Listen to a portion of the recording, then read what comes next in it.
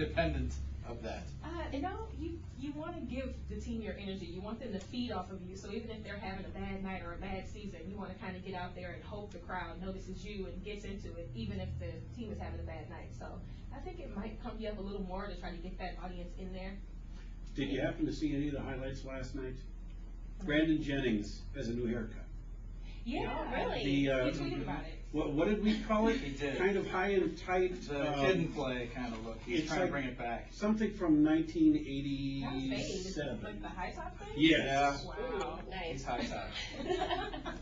What do you think of that? Would you tell him to go back to dreads or what? He's trying to be, he's cutting edge there, I think. You know what? I'm not even going to comment on it. Go ahead, Tizzy, tell us. I like the braids. I like the dread look. I mean, Yeah? as you can tell, my natural twist thing going on. Obviously, I like the dreads, but I mean.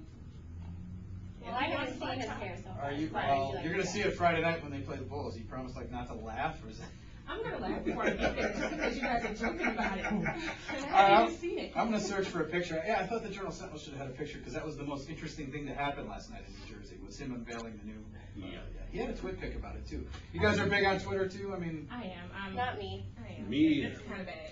Sure don't. It's kind of bad? Yeah, I'm always on. Are you addicted? Yeah? A little bit.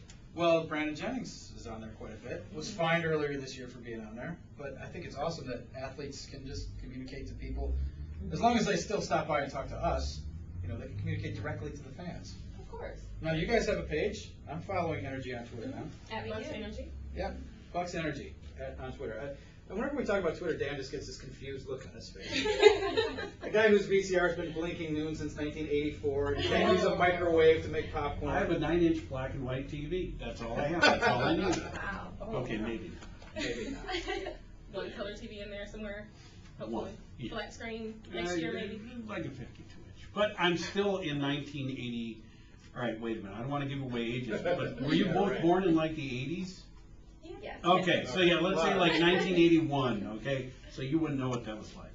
When you guys are out there, here's the question for you, because you're working, you're facing the court, you can watch the game when you're not performing. You're performing during timeouts and things like that. How aware are you of the game, and how do you have to be? I mean, there's somebody with a headset saying, okay, now you guys can go out there.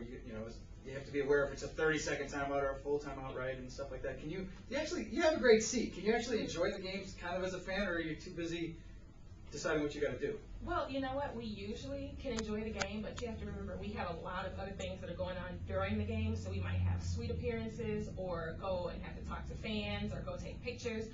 But usually during the second half is when we can really get into the game. But we've been out there a lot more this year. That's what I was wondering, because Tiara, I thought when you guys are on the court, it's like, well, they must be having a costume change, and there's probably a room where there's all kinds of like fruit plates and sparkling waters and couches and in-game massages and stuff, right? No? Well, whenever we're out on the court, I always am very into the game, but sometimes we're shoved back into the locker room where we don't have a TV or we don't have anything, a score clock, nothing. So it's hard to keep up with the game when you're back there, but whenever we're out on the court, we're definitely following the game, getting really into it. So. How many outfits a game do you go through? Because there's a lot of changing, isn't there? It depends.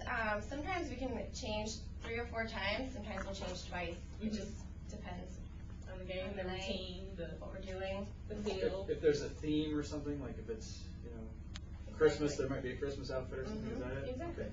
So now, all right, let's get to the practices and stuff.